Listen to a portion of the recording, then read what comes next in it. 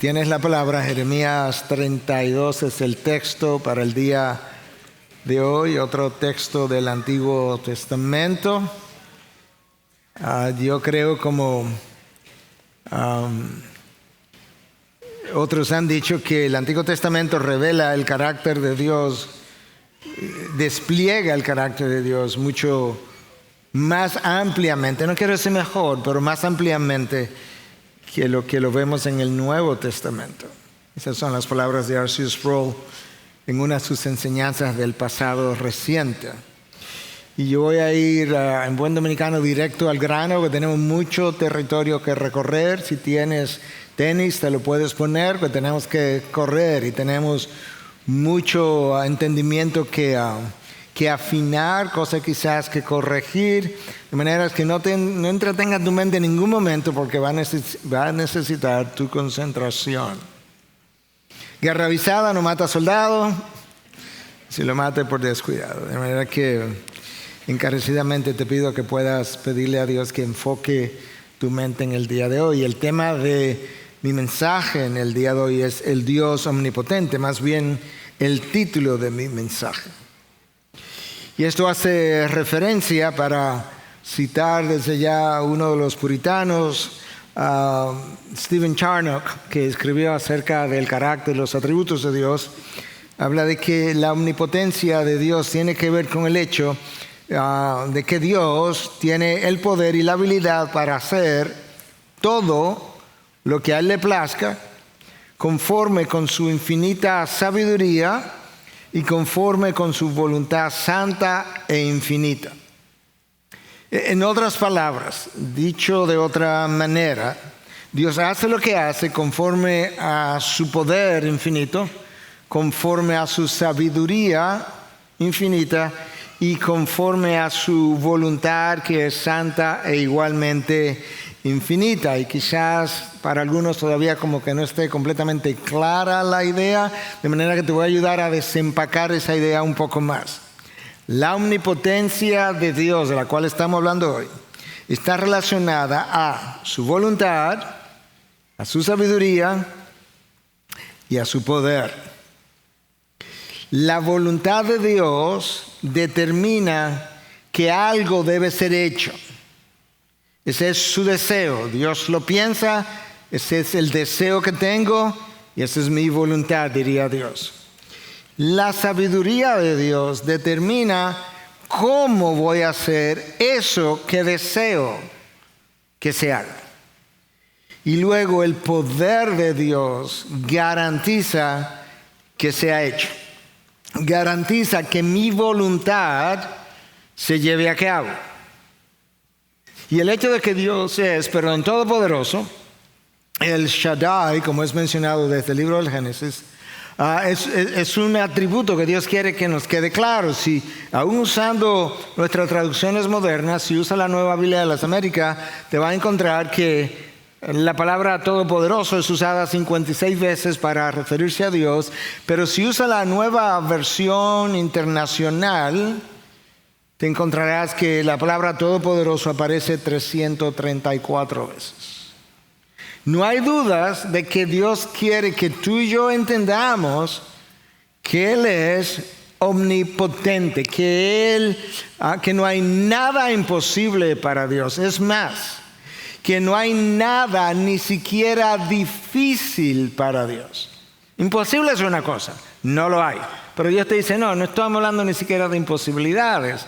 No hay nada ni siquiera difícil para mí. A Dios nada le da trabajo. Dios, o para Él, nada es un problema. Y Él nunca se siente frustrado.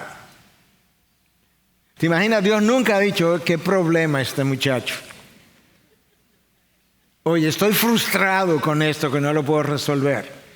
No, Él nada le da trabajo. Él tiene el poder, la sabiduría.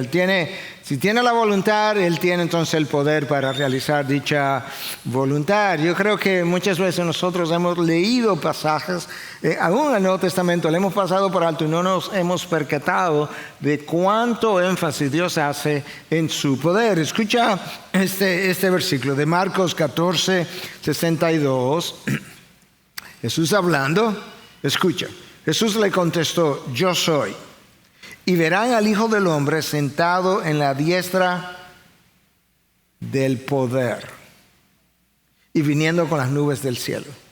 Uno esperaría que Cristo hubiese dicho, en un futuro me verán sentado a la diestra del Padre. No, pero Él dice a la diestra del poder. Es como si Dios y poder fueran dos palabras sinónimas, y lo son. Es como casi imposible pensar en Dios y no pensar en su poder y en todo su poder. Como les mencioné ya, yo escogí un pasaje del Antiguo Testamento en el libro de Jeremías, capítulo 32, para poder hablar del Dios Todopoderoso. Pero antes de eso, para mejorar nuestro entendimiento acerca de la porción que voy a leer, porque es un capítulo largo y solamente quiero leer una porción, quiero situarte en el contexto. El rey Nabucodonosor de Babilonia había invadido a la nación de Israel una primera vez en el año 605 a.C. La había invadido una segunda vez en el año 597 a.C. Y en esta tercera vez, ahora él tiene a Jerusalén sitiada. Está rodeada. Jeremías está dentro, está preso de hecho. Está en el patio de la casa del rey Sedequías, que era donde estaba la guardia y servía de prisión. Y Jeremías está profetizando de que esa invasión que está ahí, que este ejército babilónico que está afuera, que tiene la ciudad sitiada, ese ejército va a entrar a Jerusalén, va a quemar la ciudad, va a saquear la ciudad, va a corromper, a profanar el templo, y que Sedequías, el rey, va a ser llevado a Babilonia. Y obviamente eso disgustó al rey, y esa es la razón por la que Jeremías está preso.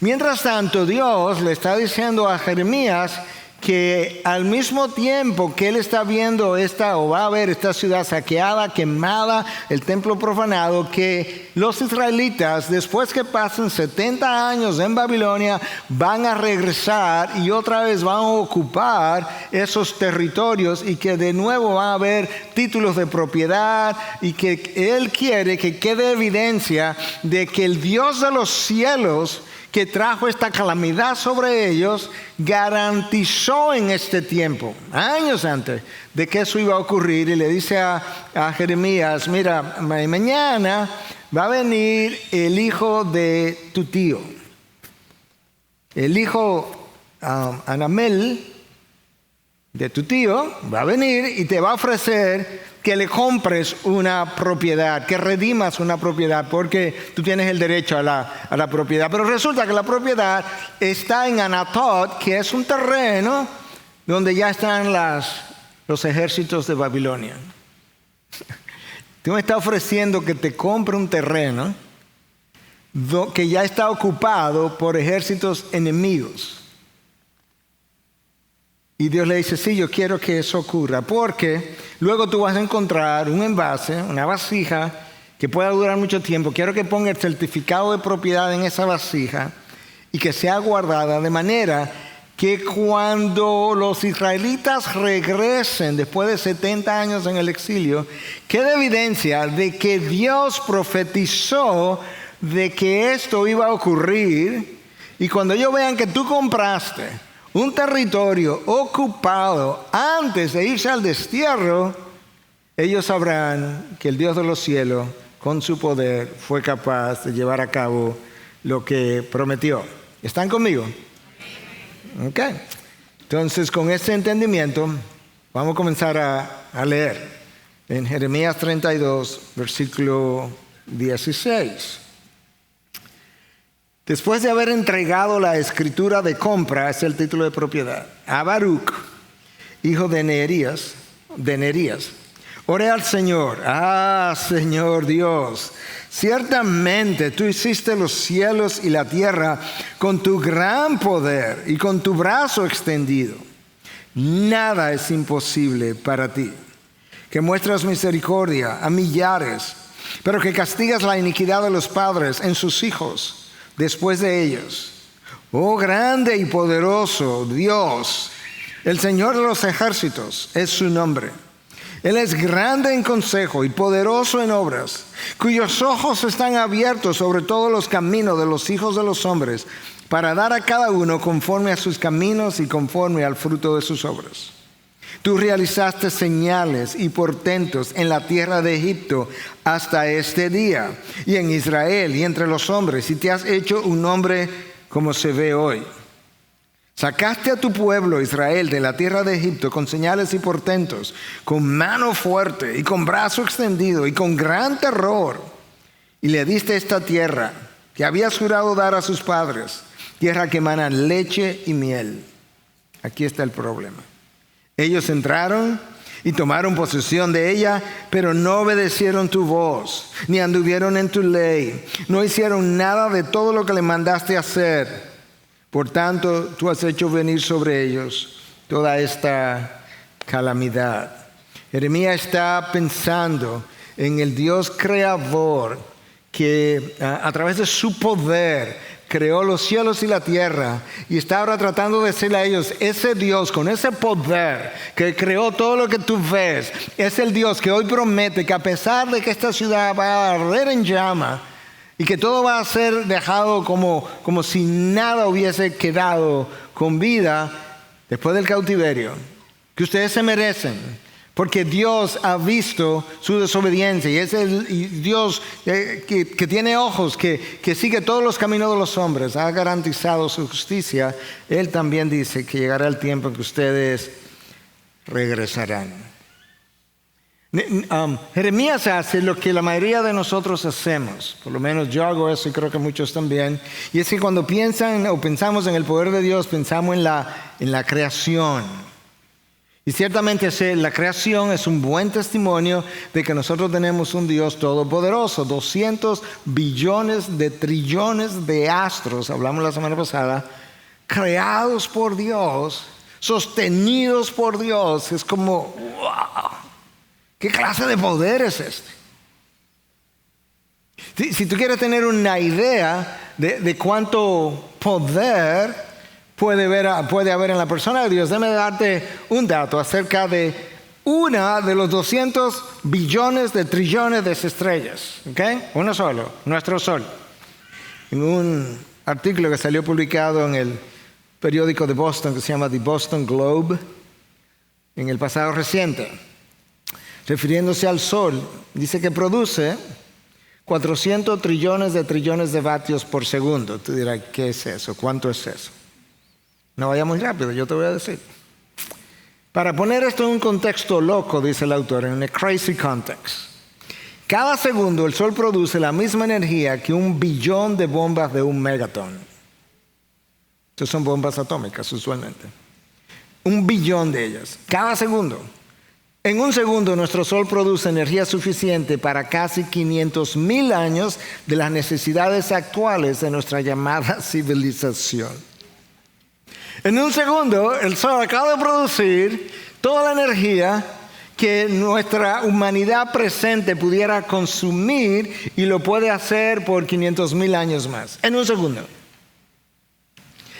De ese tipo de astros tenemos 200 billones de trillones que Dios creó con el poder de su palabra y que sostiene de la misma manera. ¿Tú crees que Él puede sostener tu vida? ¿Tú tienes una idea de cuánto poder hay en el universo?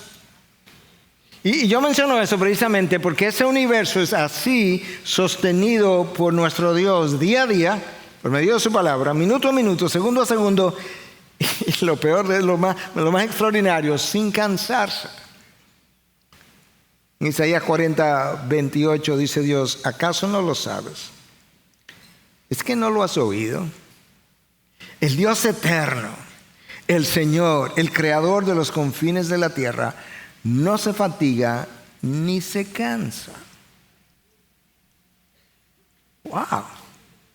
Cuando tú pones a trabajar un animal como el elefante, por ejemplo, un animal fuerte, grande, que lo ponen a trabajar en regiones como África y demás, eventualmente él se cansa. Cuando tú pones a trabajar, pones en marcha un motor, eventualmente el combustible se le termina, pero aún si no se le terminara, si le puedes suplir continuamente combustible, llega un momento en que las piezas comienzan a desgastarse, entonces el motor como que termina cansándose, por así decirlo, y se apaga. Pero cuando Dios obra, a él no le cuesta ningún esfuerzo. Porque Él no trabaja como nosotros trabajamos. Cuando Dios obra, ¿sabe lo que Él hace? Él simplemente habla. Hágase la luz, y la luz apareció. Se hizo el universo.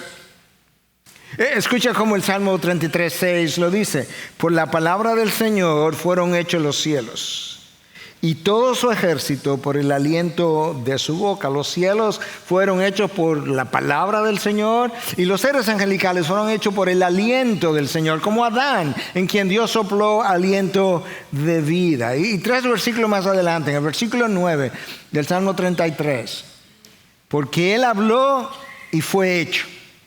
Él mandó y todo se conformó. Dios no se cansa. Hermanos, su poder es inagotable porque es infinito, pero es más que eso. Porque alguien pudiera decir, bueno, si su poder es infinito, pues obviamente nunca lo vamos a agotar. Pero es más que eso, es que su poder no se consume. En otras palabras, el poder que Él tiene hoy es exactamente el mismo poder que Él tenía antes de comenzar a crear. Exactamente igual. Ahora, antes de Dios comenzar a crear, Dios tuvo que concebir en su mente lo que Él quería crear, un universo de tantos millones de trillones de astros. Esa era su voluntad. Luego, Él tuvo que concebir cómo quería crearlo para que este universo tan vasto funcionara de forma tan organizada y tan bien calibrado, y eso es su sabiduría. Pero luego que su voluntad concibió algo y su sabiduría concibió el cómo, ahora Él requirió de su poder para que lo que su voluntad deseó y su sabiduría diseñó en su mente se hiciera realidad. Y ese es su poder. ¿Están conmigo? Como 5 o 6 están, los otros los perdí ya. La idea es que puedas entender que es imposible separar la omnisciencia de Dios de su omnipotencia. Porque para Dios ser omnipotente, Él tiene que ser omnisciente y tiene que ser omnipresente. Déjame ver si sigo desempacando eso. Para Dios poder hacer todo lo que quiera, absolutamente todo lo que Él quiere, Él necesita saber cómo hacerlo. ¿O no? Y eso es omnisciencia. Pero también necesita ser omnipresente para Él saber cómo hacer lo que Él quiere hacer, donde Él quiera hacerlo. Y para eso Él necesita ser omnipresente. Para darle origen a todo este universo, Dios necesitaba un poder infinito que generara todo este poder de creación para poder dar a luz, vamos a decir, este universo, sobre todo sin materia prima. Hacer que la nada, y no tiene nada de materia, produzca toda esta inmensa cantidad de materia desplegada en el universo. Ex nihilo, de la nada. Cuando tú abres el libro del Génesis en 1:1 dice que, ¿qué cosa? Que en el principio Dios creó los cielos y la tierra. El verbo que ahí aparece es barú, y eso es un verbo que es usado únicamente con el sujeto Dios. En toda la Biblia, cuando la palabra barú, bará aparece, solamente es aplicado a Dios. Porque solamente Dios tiene la habilidad de crear de la nada, de cero.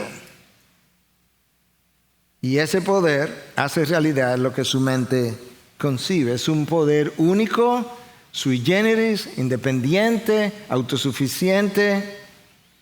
Y esa es la razón por la que Dios declara en Isaías 46:5: ¿a quién me asemejaréis? ¿Me igualaréis o me compararéis para que seamos semejantes? O sea, ¿con quién tú me vas a comparar? ¿Dónde está mi igual? Es más, ¿dónde está uno que remotamente pudiera guardar una comparación conmigo? Y eso es porque el Creador es completamente diferente a la criatura. Recuerda que con frecuencia nuestros deseos son mayores que nuestras fuerzas. Pero eso no ocurre con Dios. Tú a veces tienes deseos buenos, no muy santos necesariamente, no perfectos, pero buenos. Y no tiene cómo llevarlo a cabo. Otras veces tiene deseos malos. No otras veces, muchas veces. Y algunas veces tú quieres detenerlos. Y ni siquiera pudiste detener tus propios deseos o impulsos. A Dios no le ocurre eso. Porque Dios dice en Isaías 46:10, haré todo lo que deseo. Lo que yo deseo, yo hago. Stephen Charnock otra vez dice, su poder es tal que Él puede hacer lo que le plazca sin dificultad y sin resistencia. Él no puede ser limitado, restringido o frustrado. Qué inútiles serían los decretos de Dios si Él no pudiera ejecutarlos. Qué inútil sería que Dios dijera, y haré tal cosa y luego no lo pueda hacer.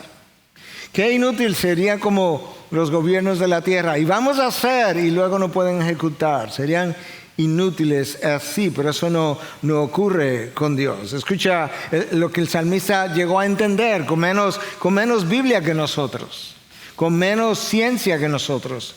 El salmista escribe en el Salmo 135:6, el Señor hace todo lo que quiere en los cielos y en la tierra, en los mares y en todos sus abismos. El Señor hace lo que Él quiere, donde Él quiera, como Él quiera, cuando quiera. No hay lugar en la creación donde Dios no pueda hacer lo que Él quiera. Y no hay persona, no hay criatura que pueda interferir con lo que Él quiera hacer. Y es por eso que sus propósitos son inalterables. La razón por la que Nehemías ha acudido a alabar al Dios de la creación es para que ellos puedan entender que el Dios de la creación, que creó todo lo que existe, todo lo que se ve de la nada, tiene el poder para permitir que esta ciudad de Jerusalén sea saqueada, sea quemada, los habitantes sean llevados al exilio, tenerlo allá por 70 años y causar 70 años después a que ellos regresen para que puedan ocupar la tierra que le fue dada a Abraham como promesa. Y por eso es que él dice, Señor Dios, versículo 17, donde comenzamos. He aquí tú hiciste los cielos y la tierra con tu gran poder y con tu brazo extendido. Nada es imposible para ti. Ahora, yo creo que cuando hablamos de la omnipotencia de Dios, hay algunas aclaraciones que necesitamos hacer. Porque a veces decimos que Dios es omnipotente, pero no hemos entendido realmente lo que acabamos de afirmar. Y lo primero que yo quiero decir es que hay algunas cosas que Dios no puede hacer. Dios no puede hacer nada que contradiga su naturaleza. Absolutamente nada que contradiga su naturaleza. Por ejemplo, Dios no puede morir. No, Él no puede. Él no se puede matar a sí mismo, por así decirlo. Porque no solamente es que Dios tiene vida en sí mismo, no es solamente que Dios puede dar vida, es que Dios es vida. En su esencia, eso es lo que Él es. Nada mantiene a Dios vivo que no sea Él mismo. Su misma esencia. Dios no puede mentir como nosotros mentimos continuamente. Él no es hombre para que mienta. Y no solamente que no puede mentir, Dios ni siquiera puede cambiar de mente. Y yo sé que hay textos que dan la impresión como que Dios cambió su mente. para expresarlo de una forma que yo pueda entender. No, Dios no cambia de mente. El mismo texto de Números 23:19, donde dice: Dios no es hombre para que mienta, ni hijo de hombre para que se arrepienta o para que cambie de mente, dependiendo de la traducción que tú tengas. No puede cambiar de mente, porque cada vez que Dios piensa algo, lo piensa perfectamente, y cambiarlo sería entollarlo, llevarlo a la imperfección. Dios no puede ser tentado, ni es capaz de tentar a nadie. Santiago 1:3. Y cada cual, cuando es tentado, que no diga que ha sido tentado por Dios, porque Dios no tienta a nadie, sino que ha sido tentado y arrastrado por su propia concupiscencia. Dios no puede pecar, ni puede hacer algo considerado inmoral. No puede, porque su naturaleza, su santidad, odia lo inmoral, aborrece lo inmoral. Tanto así que Él ha prometido juzgar tal inmoralidad. Dios no puede pecar. Dios no puede faltar a sus promesas. Si Dios prometió algo, si Dios te dio su palabra, tú puedes garantizar que así será. Pablo le escribe a Timoteo en su segunda carta, en 2:13, y le dice: Dios permanecerá fiel aunque nosotros seamos infieles, porque Dios no puede negarse a sí mismo. ¿Qué está diciendo Pablo? Ya Dios ha hecho promesas, están aquí asentadas, y lo que Dios prometió, así será, porque de lo contrario se negaría a sí mismo. Y Pablo dice: Dios no puede hacer eso. Tú puedes ver que hay una larga lista de cosas que Dios no puede hacer. Dios juró dar esta tierra prometida a Abraham, Isaac, Jacob y a sus descendientes. A pesar de su infidelidad, Dios entró a los israelitas a la tierra prometida, aunque eso costó más de 600,000 muertos y 40 años en el desierto, e incluso Moisés no pudo entrar. Pero vamos a entrar, yo la prometí, y ustedes van a ocupar la tierra. Y eso es exactamente a lo que Jeremías se está refiriendo en el versículo 19 del texto de hoy. Grande en consejo y poderoso en obras. Las obras que hiciste para sacarnos de Egipto y traernos hasta aquí, cuyos ojos están abiertos sobre todos los caminos de los hijos de los hombres, para dar a cada uno conforme a sus caminos y conforme al fruto de sus obras. Jeremías quiere que ellos entiendan que cuando ellos se vayan al exilio por 70 años, que no concluyan que Dios faltó a sus promesas, que no concluyan que Dios ha sido infiel, que la conclusión a la que ellos tienen que llegar es que como Dios tiene sus ojos abiertos sobre todos los caminos de los hijos de los hombres, y ellos fueron infieles, ellos estaban ahora bajo esta calamidad por su propio hacer. De hecho, cuando el pueblo se fue al exilio, estando ya en el exilio, el pueblo comienza a regresar 70 años después. El primer retorno vino con Zorobabel como gobernador. Él comienza a reconstruir el templo. El segundo retorno vino con Esdras como sacerdote, que comenzó a reconstruir la vida de las personas.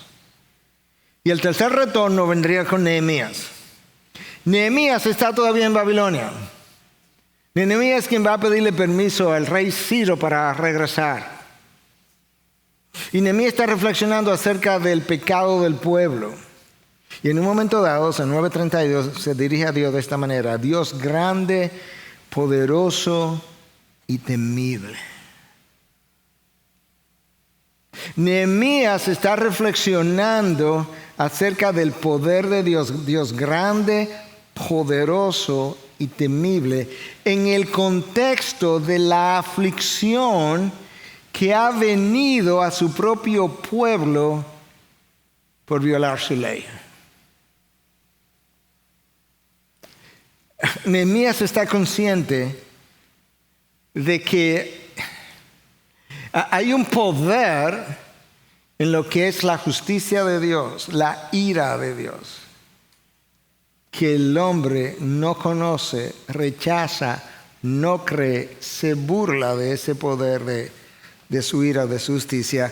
Y en cierta manera hay un temor reverente que yo tengo que tenerle a ese poder de Dios, ese Dios grande, poderoso y temible, pero hay también un temor real.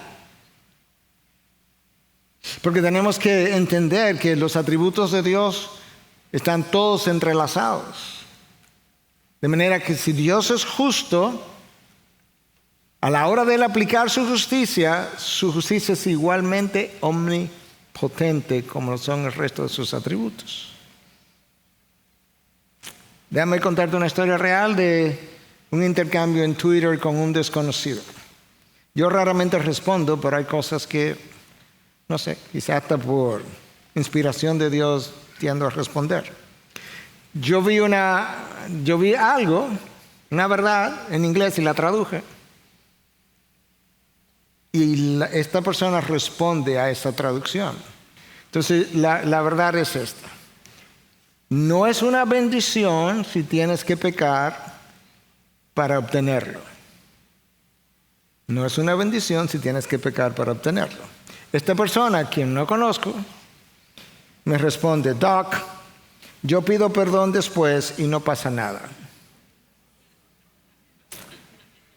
Yo le respondí con esa actitud: estás tomando el nombre de Dios en vano, y eso implica que estás vaciando el nombre de Dios de su contenido, que según el Salmo 99:3 es grande y temible.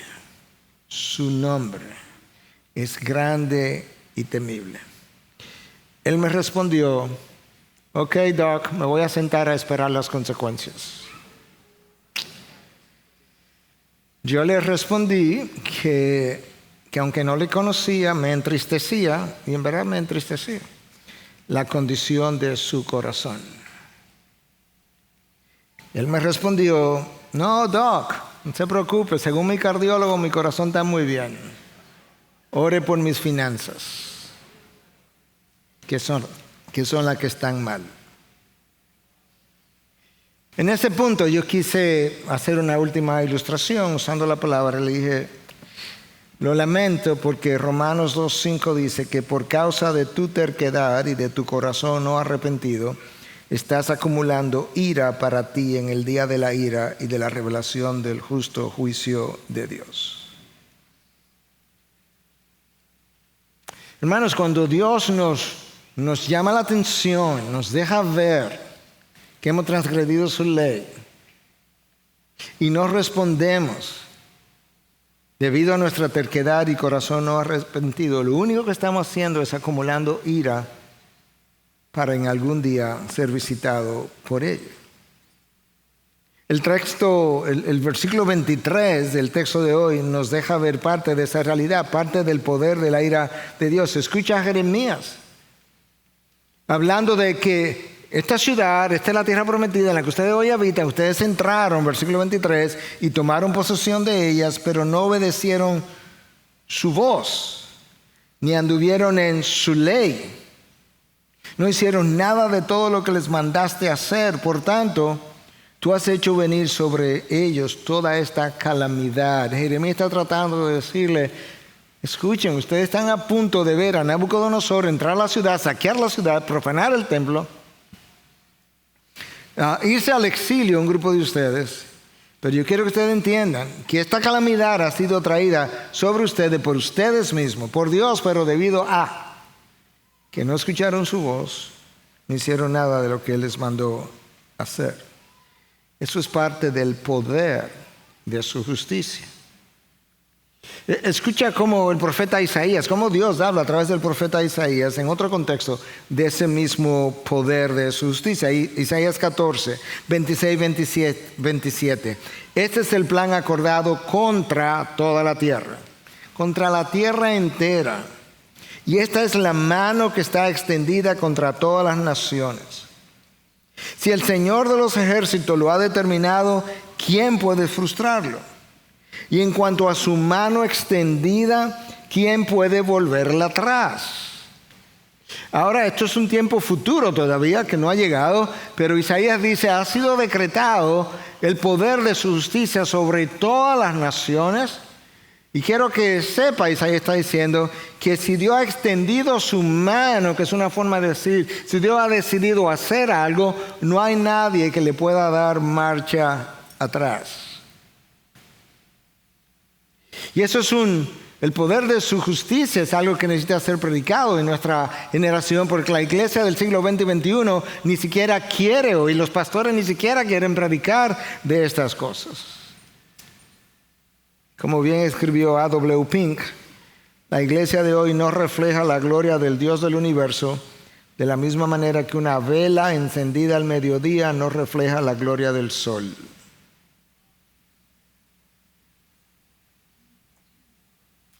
Por otro lado, yo creo que al hablar de la omnipotencia de Dios hay algunas cosas que tenemos que seguir explicando. El hecho de que Dios sea omnipotente no implica que Dios tiene que hacer todo lo que Él puede hacer. En otras palabras, Dios puede hacer cosas que Él ha decidido no hacer. Dios puede restringir el pecado y puede decidir no restringirlo. Y de hecho, cuando Dios decide, sobre todo con sus hijos, no restringir el pecado, cuando Dios te da una advertencia y luego te da otra y luego te da otra, y luego Dios te deja ir y las consecuencias no llegan, la conclusión no debe ser la conclusión de esta persona que me escribió, no, Doc, yo me arrepiento y luego no pasa nada. No, la conclusión debe ser que cuando Dios me dejó ir, ya eso era parte de mi justicia. Me dejó ir de acuerdo a mi voluntad. En otras ocasiones, tú hablas con alguien, le escuchaste orar y dice que está orando para que Dios haga tal cosa y tú le recuerdas, no olvides que las cosas tienen que ser oradas también conforme a su voluntad. Y la persona te dice, ¿por qué Dios es todopoderoso? La pregunta nunca es si Dios es todopoderoso o no. La pregunta nunca es si Dios puede hacer algo. Sabemos que Él lo puede hacer. La pregunta es si Él lo quiere hacer. El que Dios pueda hacer algo no implica que lo va a hacer o que lo quiera hacer. Ahora, todo lo que Dios quiere, Él lo va a hacer. No hay un deseo que Dios haya tenido, algo que sea conforme a su voluntad, que Él no haya llevado a cabo. Una vez más, Dios puede restringir su poder en aras de sus propósitos. En un plano más, quizá menos teológico, más práctico. Pablo pidió 3 veces que le removieran el aguijón en la carne y Dios le dijo, no te lo voy a remover, bástate mi gracia, mi poder se perfecciona en la debilidad. Dios tenía el poder de remover el aguijón de Pablo, pero decidió no hacerlo, para que no te enaltezca de las revelaciones que has recibido. No podemos olvidar que la omnipotencia de Dios está al servicio de sus propósitos y no al servicio de los caprichos del hombre. Déjame decir eso otra vez. La omnipotencia de Dios está al servicio de sus propósitos y no de los caprichos del hombre. Ahora, en términos prácticos y para el creyente, hay implicaciones extraordinariamente buenas acerca de la omnipotencia de Dios. Y déjame comenzar a enumerar algunas de ellas. La primera ya de alguna manera hemos tocado. La omnipotencia de Dios asegura que Él cumplirá su palabra. Imagínate un Dios omnisciente que puede predecir el futuro, pero no es omnipotente para controlar el futuro y hacer que en el futuro se cumplan sus propósitos. No nos serviría mucho esa omnisciencia. Como Dios hace todo lo que Él desea, eso implica para el creyente que cada promesa que tú encuentras en este libro, para el creyente tú puedes dar por sentado que así será, que será cierto, porque lo que Dios ha prometido será cumplido. Pero la única forma como Dios puede garantizar que eso ocurra, es si Él es omnipotente. Y como Él es omnipotente, y Él mismo afirma: lo que quiero yo realizo, lo que deseo haré, entonces tú puedes contar con eso. Número 2, su omnipotencia garantiza mi salvación. Es su omnipotencia que garantiza que yo no me pierda en el camino aún después de haber sido salvado. Filipenses 1:6. El que comenzó tan buena obra en ustedes, el que comenzó, la irá perfeccionando hasta el día de Cristo Jesús. Dios comenzó mi salvación y por medio de su poder infinito me mantiene hasta el día en que yo entre en gloria.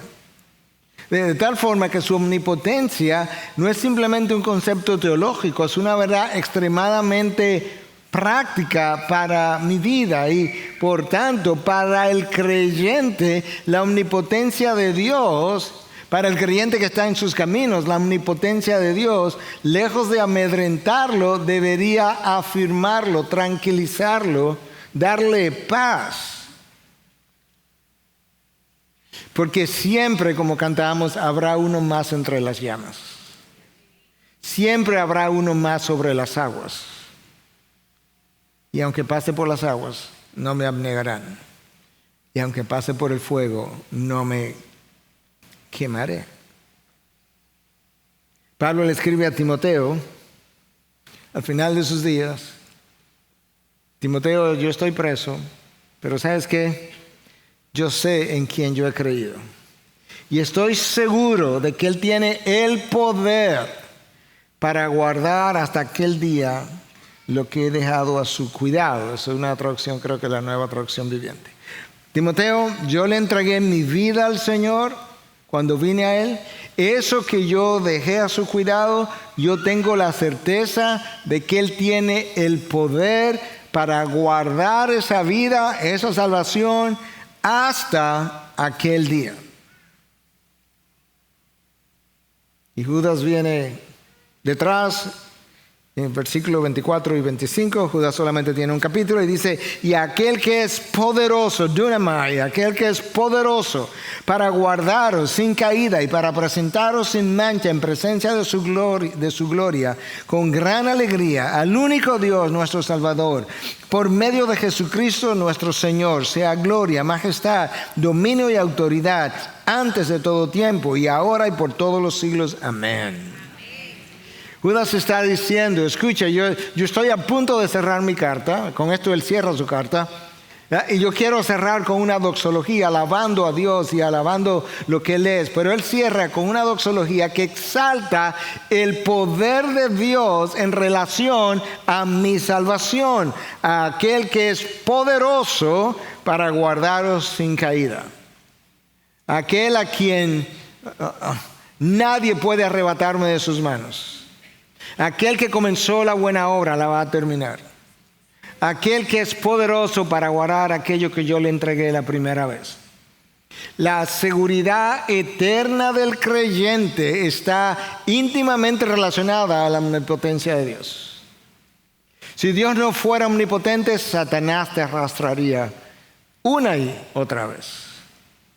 Es su omnipotencia que me sostiene. Número 3, la omnipotencia de Dios me da paz en medio de las peores circunstancias. Dios, creador, es superior a su creación, porque Él con su poder la trajo, la hizo realidad y luego con su poder la sostiene.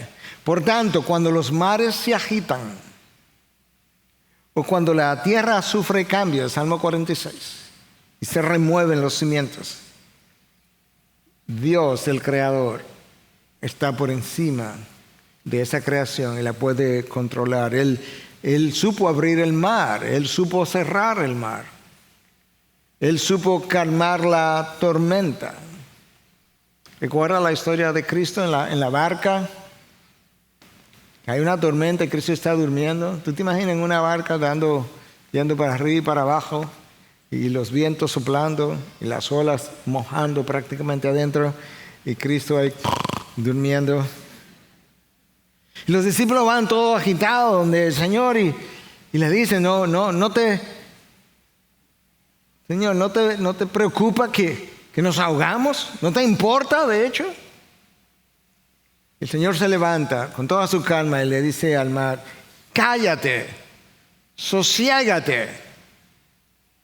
E inmediatamente dice el texto, el viento paró y el mar se detuvo. Y tú sabes lo que pasó, ¿verdad? Los discípulos no comenzaron a brincar diciendo, wow, Superman con nosotros. No. Estaban atónitos. Estaban delante de algo para lo cual ellos no tenían una categoría donde clasificarla. No estaban familiarizados con poder y autoridad como esta. ¿Quién es este que hasta los vientos le obedecen? ¿Qué clase de fenómeno es esta persona? No tenían categoría para poner a Jesús, porque no le habían conocido como Dios. Es en una segunda tormenta donde ellos tienen una experiencia similar, cuando ellos entonces confiesan verdaderamente, tú eres el Hijo de Dios. Pero no en la primera. Si el poder de Dios extiende su mano para agitar la naturaleza, no hay quien la detenga. Y si Él extiende su mano para parar la agitación de su naturaleza, tampoco hay quien la retraiga. Número 4, el poder de Dios me da seguridad frente a Satanás porque su poder se extiende sobre el mundo de las tinieblas. Recuerda este pasaje de Marcos 1, 23 al 25. He aquí estaba en la sinagoga de ellos un hombre con un espíritu inmundo. ¿Dónde era que estaba este hombre endemoniado? En la sinagoga. Hoy en día, ¿dónde estaría? En la iglesia. ¿Tú te imaginas? Uno esperaría que si una persona endemoniada se quiere esconder, no vendría a la iglesia, sino que se quedaría en su casa tranquilo. No, pero es en la sinagoga precisamente donde mejor pudiera pasar desapercibido, porque nadie lo iba a esperar ahí. Un hombre con un espíritu inmundo, el cual comenzó a gritar diciendo, ¿qué tenemos que ver contigo, Jesús de Nazaret? ¿Has venido a destruirnos? Yo sé quién eres, el Santo de Dios. Jesús lo reprendió diciendo, cállate y sal de él. Wow. Como tú puedes ver, su palabra es poder. Su presencia es poder. Su mera presencia atemorizó al endemoniado. La mera presencia, antes de que él hablara. Y su palabra fue suficiente para expulsarlo. Los demonios no intentan oponerse, hacer resistencia a la autoridad de Jesús. Solo los seres humanos tratamos de hacer eso. Creyentes y no creyentes. Solo los seres humanos nos atrevemos a desafiar su autoridad y permanecer en violación de su ley. Número 5, la omnipotencia de Dios se extiende en términos prácticos a las esferas de los gobiernos de la tierra. Escucha Daniel 4:17.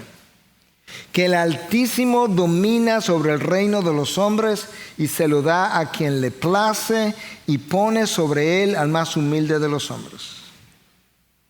Esa idea de que el Altísimo domina sobre los reinos de los hombres y se lo da a quien él quiera está no solamente en Daniel 4:17, se repite en 4:25, en 4:32 y en 5:21.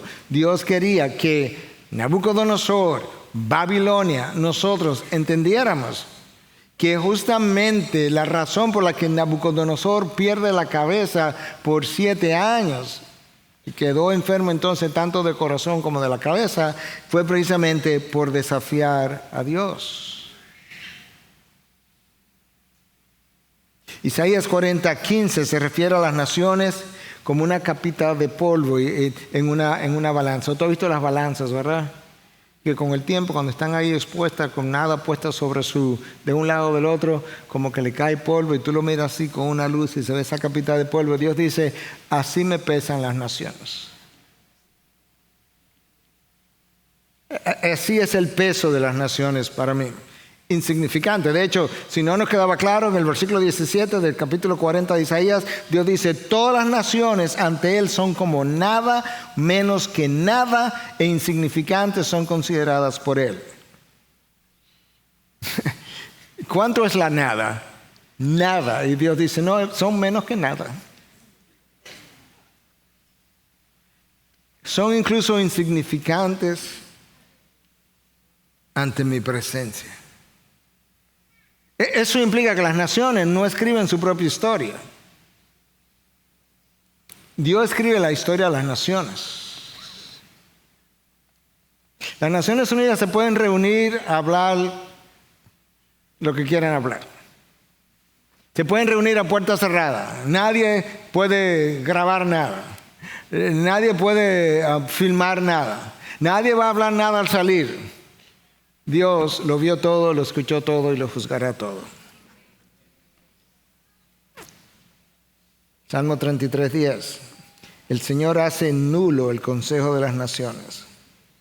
Frustra los designios de los pueblos. Los pueblos, los gobiernos deciden una cosa, ir en una dirección. Dios frustra sus designios. Si las naciones no escriben su propia historia, tú y yo tampoco escribimos la nuestra. Nosotros vivimos la suya. Salmo 139, todos los días que me han sido dados ya fueron contados por Él. No solamente los días que me fueron dados, hermano. Los cabellos de mi cabeza están contados. Ya me quedan menos, yo sé. Pero están contados. Esa preocupación de que se me está cayendo el pelo no la entiendo. Se te está cayendo lo que se supone se caería cuando llegara el tiempo. Y Dios tiene el control de eso. Pero si Dios es omnipotente, y lo es, como hemos venido viendo, ¿cuál se supone que debería ser nuestra respuesta a la omnipotencia de ese Dios que también tiene el derecho y la autoridad? La única respuesta es una palabra y es sumisión. No hay otra cosa. No hay otra respuesta adecuada. Y nosotros con frecuencia insistimos en hacer nuestra voluntad y muchas veces por encima de la omnipotencia de Dios, y Dios nos deja, pero recuerda, cuando Dios te deja hacer eso, ni es una bendición, ni es algo que te va a bendecir en el futuro, y es algo que habla más bien de que ya eso es parte del juicio, el dejarte hacer tu voluntad. Escucha cómo Dios lo dijo en Jeremías 49:19, porque ¿quién como yo? ¿Quién me puede desafiar? Pero Dios a veces permite que desafiemos su voluntad. Número 5, la omnipotencia de Dios es esencial para la presencia de los otros atributos de Dios. ¿De qué me serviría la misericordia de Dios si Dios no es omnipotente? No me sirve de nada. Dios se compadece conmigo, pero no puede hacer nada porque no es omnipotente. Si Dios puede hacer todo bueno, pero no tiene el poder para parar lo malo, ¿de qué me sirve el que Dios pueda hacer las cosas buenas? Si Dios no es omnipotente, sus promesas pasarían como palabras bondadosas, pero inservibles. Porque no las puede llevar a cabo. Y todas las advertencias de que juzgaría las acciones pecaminosas de los hombres no pasarían de ser simples alardes. En buen dominicano, buchipluma nada más. Porque no tendría la omnipotencia para hacer realidad sus advertencias. Y algunos han cuestionado esa omnipotencia de Dios porque Dios no termina por acabar la maldad del mundo. Hermanos, si Dios decidiera acabar con la maldad de este mundo, no creo que hubiera mucha gente ahí en el mundo mañana. Y aún se decide preservar a los suyos. probablemente muchos de nuestros familiares y mejores amigos no estarían presentes en el día de mañana. El hecho de que Dios es todo bueno, todo justo y todopoderoso es lo que garantiza que en el día de mañana Dios juzgará la maldad de los hombres. Pero Dios hará eso en su tiempo y en su forma. Justamente por Dios ser todopoderoso, Dios no tiene que hacer las cosas cuando yo las quiero, cómo yo las quiero, dónde yo las quiero. No. Su poder está al servicio de su omnipotencia. Y ese poder se extiende, ¿verdad?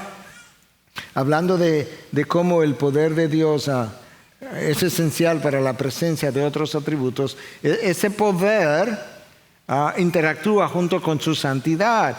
Dios no es autor de pecado, ya lo dijimos. Ahora Dios permite el pecado y luego usa el pecado de los hombres, pero no porque Él no pueda detenerlo. Cuando Dios permitió que los hermanos de José lo vendieran y luego y cayera preso en Egipto y luego lo llevó a la cima, a la mano derecha de Faraón, y luego Él usó a José ya en Egipto para proteger a los 70 descendientes de Jacob y luego proteger, ese era el principio de la nación de Israel. La venta de los hermanos de José no fue una bendición, hermanos. Bajémonos de esa nube. Fue un pecado y no pequeño. Ahora, Dios usó el pecado para probar a la fuerza de las tinieblas y a nosotros mismos que aún el pecado nuestro no es capaz de detener sus propósitos. Cuando Judas vendió al Señor y luego el Señor termina crucificado y luego nosotros terminamos redimidos, la venta del Señor de parte de Judas no fue una bendición. No es una bendición si para obtenerlo tengo que pecar. No fue una bendición. Judas terminó ahorcado y explotado cuando se cayó, justamente porque fue una maldición, pero Dios usó la maldición de Judas para mostrar otra vez que nadie puede detener sus propósitos. Y finalmente, el poder de Dios se hizo también manifiesto en el plan de redención, desde Génesis 3 en adelante. Déjame cerrar con esta cita de John MacArthur en su libro Our Awesome God, o Nuestro Maravilloso Dios. La redención fue aún una mayor demostración del poder de Dios que la creación misma. Aparentemente no hubo oposición cuando Dios creó, pero en la redención Satanás tuvo que ser sometido, la muerte tuvo que ser conquistada y hubo que tratar con el pecado, hubo que conquistar, hubo que sacar el aguijón del pecado. Dios entonces cogió lo débil del mundo para avergonzar a los fuertes. Eso somos tú y yo. Dios envió a gente común, dice MacArthur, al mundo a predicar las buenas nuevas de salvación, y en poco tiempo voltearon el mundo con lo de abajo para arriba. De manera que el poder de Dios se ve también en el plan de redención, en la cruz de Cristo, en un Cristo completamente debilitado que desarma las fuerzas de las tinieblas, en una tumba, ¿verdad?, que Él ocupó temporalmente y Él la deja vacía, conquistando la muerte, un pecado que perdió el poder sobre aquellos que son suyos, y luego envía a personas todavía con una naturaleza pecadora, débiles, vasijas rotas, a predicar un mensaje de poder. Este es el poder de Dios para salvación, el evangelio, las buenas nuevas. Y predicando el evangelio, que es el poder de Dios para la transformación del hombre, esta gente sin educación, el primer siglo, transformó el primer mundo con la cabeza de arriba para abajo, lo volteó. Ese es el poder de Dios en la redención. Ese es el poder de tu Dios. Él es poderoso, sin medida, para hacer todo cuanto Él desea y para hacerlo a través de los instrumentos más débiles posible, para que se pueda demostrar que lo débil de Dios es mucho más fuerte que la fortaleza de los hombres. Y lo más necio de Dios, si se pudiera usar la palabra, es más sabio que toda la sabiduría colectiva de la humanidad, de los ángeles y de todo lo que pudiera existir en el universo. Ese es nuestro Dios poderoso, maravilloso, extraordinario, el Dios que se fijó en ti y en mí y bajó desde su trono a la cruz para llevarte desde la vergüenza a su gloria.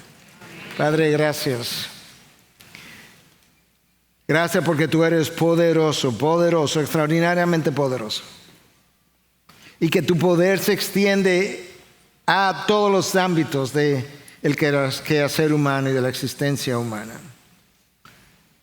Gracias porque incluso tú has revelado que en nuestra debilidad eso es cuando tú te haces fuerte.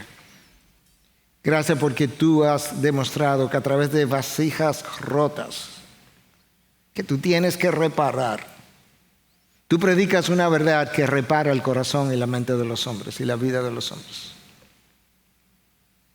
Gracias porque no solamente gobierna desde los cielos, que lo haces, sino que moras aquí debajo, en el interior de tus hijos.